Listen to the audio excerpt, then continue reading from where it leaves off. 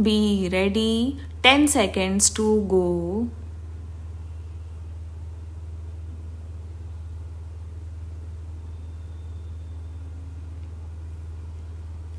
Start. Mr. Vice Chairman, sir, I am thankful to you for allowing me to speak on this subject because it is better late than never.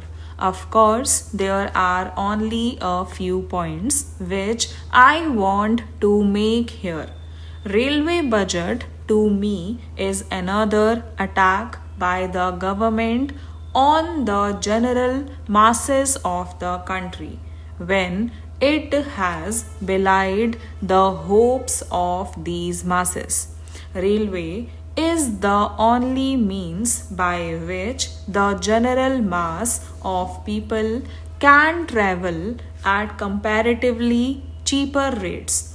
But every year you are raising the fare gradually to such a point that the railways no longer remain a transport for the poor people in the country. Fares for both the classes have been raised. Even the rate of platform ticket has been increased. The parcel rate has also been increased. In this way, government is trying to earn revenue at the cost of the sufferings of the people. Even such a hike in fares could have been accepted if the government had given proof of a sincere effort to improve the present state of affairs in the railway equally all over the country. In my state of Assam, the performance of the railway is the poorest of the poor. While Honorable Prime Minister talks of leading the country towards the 21st century at a high speed, the only meter gauge train, which is the only connection between Guwahati and Dibrugarh in Assam, takes 18 hours to run between these two places situated at a distance of about 500 kilometers only. So far as the northeastern region is concerned, the government seems to be very much apathetic. The meter gauge tracts in Assam were built by the Britishers, while in independent India, the whole country has been having broad gauge lines. In Assam, the broad gauge line has been extended up to Guwahati only. It was after the Chinese aggression that the railway bridge over the Brahmaputra was built and the meter gauge railway line on the north bank of the Brahmaputra was laid. Shall we have to wait for the rest to get the railway lines modernized and improved and extended? The existing meter gauge tract was built by the alien rulers to carry tea, coal, and oil from the upper Assam area, and it was built not for the convenience of the people. Therefore, the line is running without touching the major towns.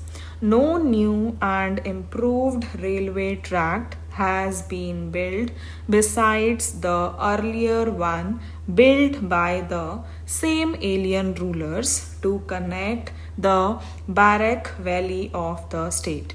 In most of the days in the rainy season, this train does not run on this line.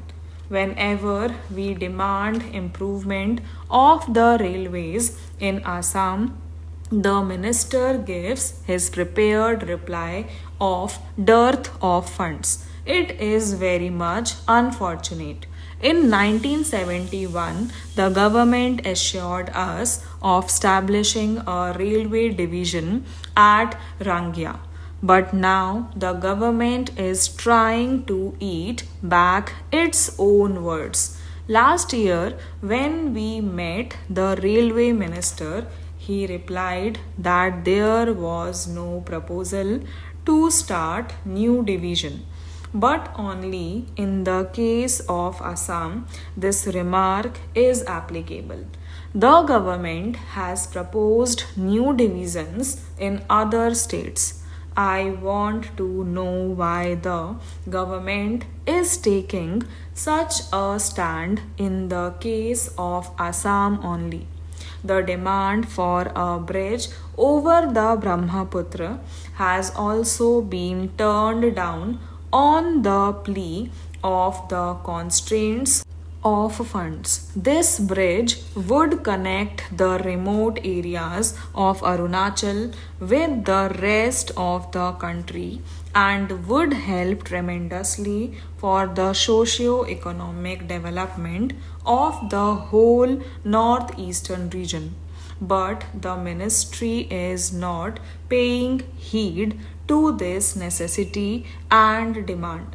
The main railway tract is running through the city of Guwahati, and the state government as well as the people have been demanding to shift the tract from the middle of the city to a side. But the ministry is not in favor of doing so. There are about 40 railway crossings in the state, but there are only a few flyovers. The government seems to be not interested at all in building flyovers for the safety of the people and for necessary speed in the day to day life of the state as a whole.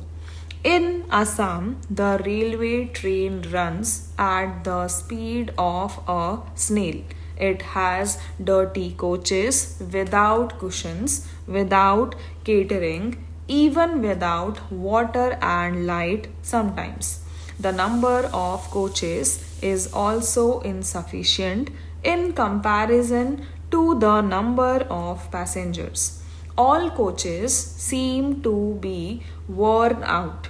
The doors and the windows of even some first class coaches cannot be closed or shut down.